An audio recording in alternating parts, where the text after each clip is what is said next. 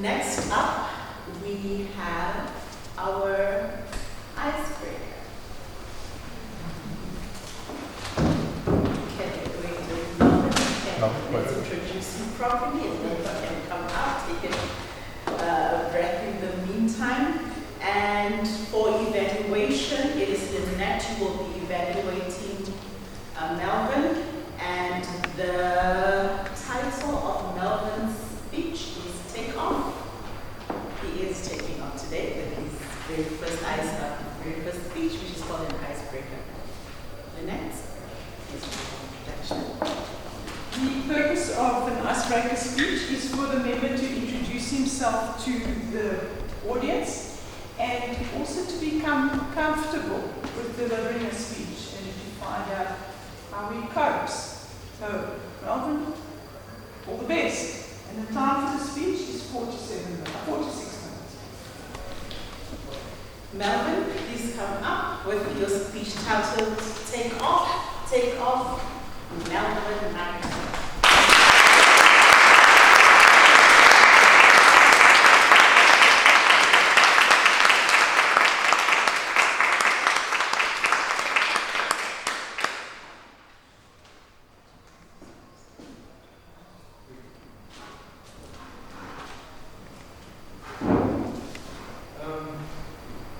Thank you, Madam Toastmaster. Good evening, fellow Toastmasters, guests, and visitors. I am Melven Naicker, and today I'm excited to share my icebreaker speech with all of you.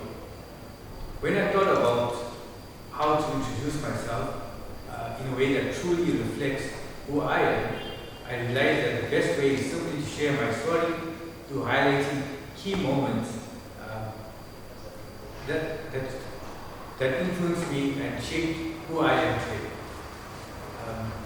I don't have any visuals, but my story will bring out the best in your imagination. Be honest, by raise of hands, who here in this room really likes school? School.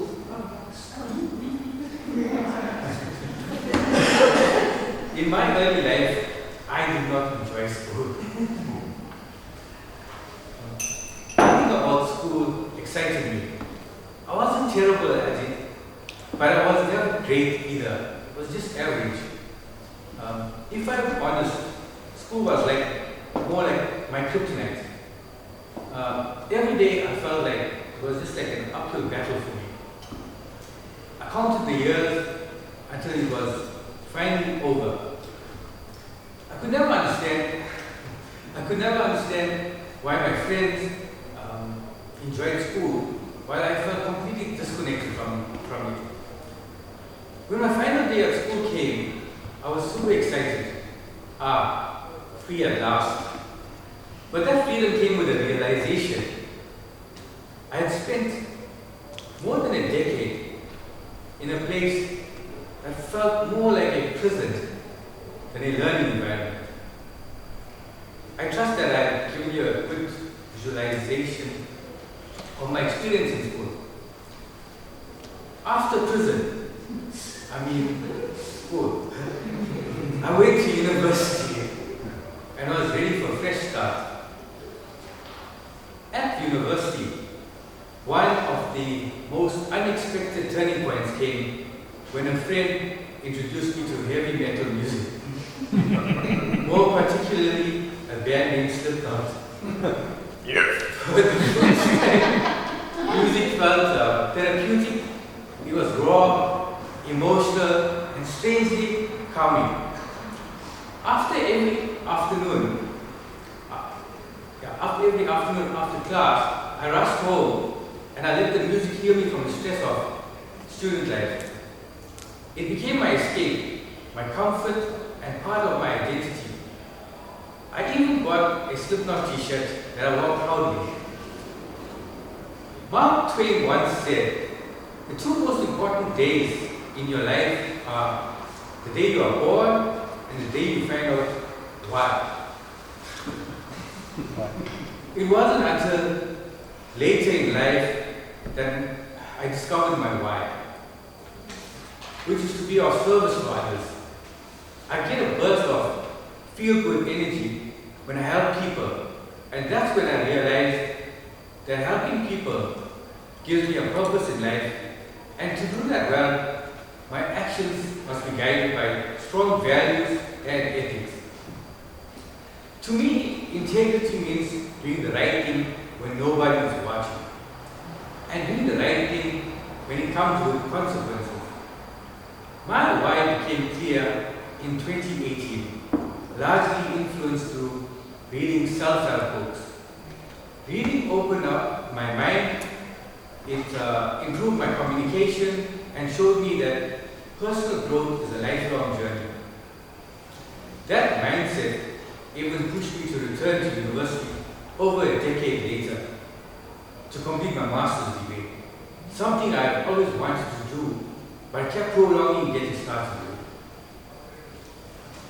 Reading shifted me onto a new journey, a journey of personal development, self-awareness, and growth.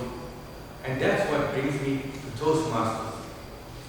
I joined Toastmasters for one key reason: to become the best version of myself, both personally and professionally. I want to speak with more confidence, communicate more clearly, connect with people, and improve my social skills. I have done public speaking before, but it has never been on a Toastmasters or TED Talk level.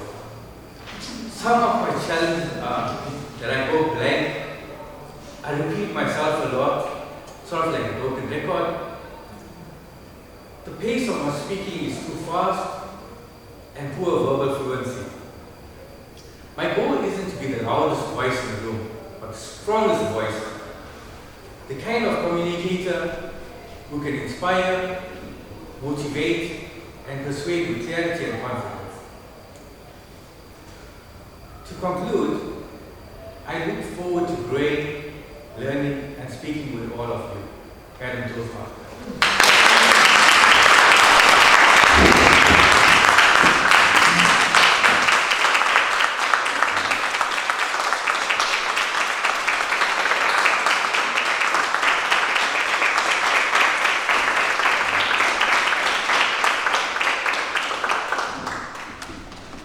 Thank you so much for introducing yourself to us.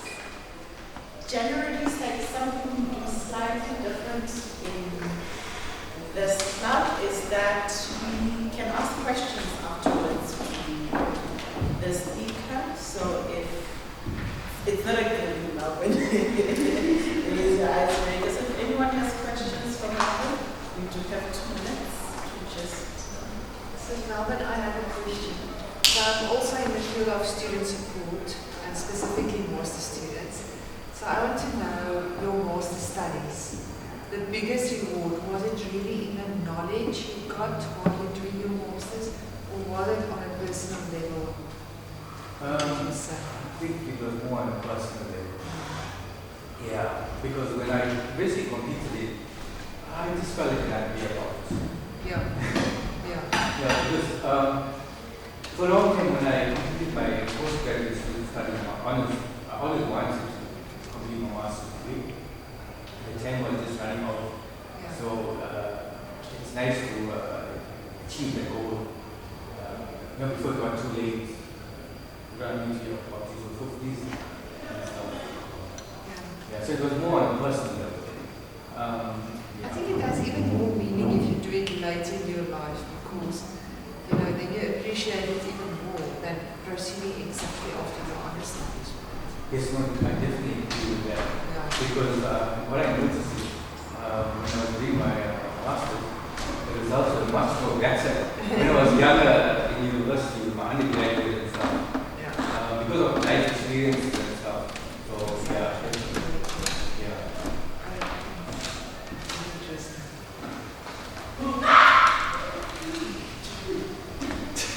So with that, I'm going to head over to the next. Yes, time to go. Thank you. Toastmaster. So the planned duration for Melven's speech was 6 minutes, and he spoke for 5 minutes and 44 seconds.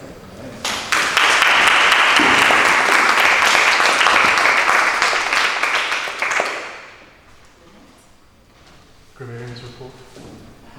Grammarian's report. Oh, grammarian's report. The food came in and I was like, Been a Toastmaster long enough, not acceptable. You know. All right. You did use the word of the day. Thank you very much for that. Some beautiful wording that I want to highlight. More than a decade. Instead of saying 10 years or 20 years or 30 years, something like that, saying decade or century adds gravitas to your speech. So it's a much better synonym to use than the actual number. Then you use the word fluency, which I really enjoyed. You know your crutch word. All right? Don't be too worried about that right now. We don't have time to get into it, but during the break, just come and have a chat with me. I'll explain to you why it happens and how to start getting rid of it. It's a mechanical thing that everybody does to join ideas, all right? It's something that just happens in our brains, but there are ways to get around it. And join Toastmasters and we'll teach you. And then, of course, just your speed. Talk quickly, stop. Talk quickly, stop. So Lynette is going to talk to you a little bit about that now. All right. Thank you.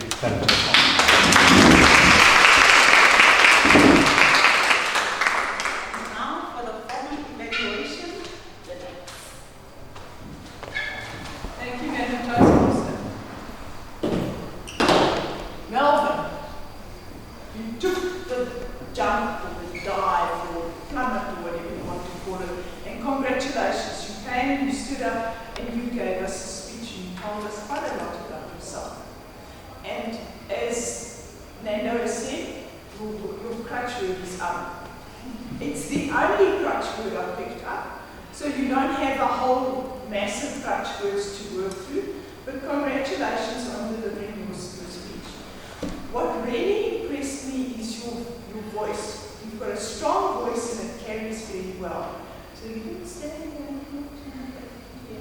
We could all hear you really, really well. I was impressed with your use of the word of the day, like Naicker said, and the fact that you used a quote. You said that your quote was Mark Twain, the most important days in your life are when you discover when you were born and when you discover why. And it's a powerful quotation, and I was pleased to see that you used it. You used notes and you read your speech mostly, but it wasn't really obvious that you used your stuff that you were reading the notes because you keep it fairly good eye contact with the audience. But regarding notes, just two things I want to mention. Don't staple them together. Number the pages if you have them, because what happens if your notes are stapled? What you do is you page your notes, and then it becomes very obvious that someone's speaking from notes. If you do have notes, and there are different pages, try to put the minimum wording on each page. Keep them numbered in case you drop them and you have to put them together again in the right sequence. Then put them up here and just move them over. Nobody sees that. It doesn't draw attention to the fact that you're using notes or cards or something. And then when you're finished, you just move the next one over. So that's something I'd like you to look at next time. And eventually you'll get to the point that you've got to speak on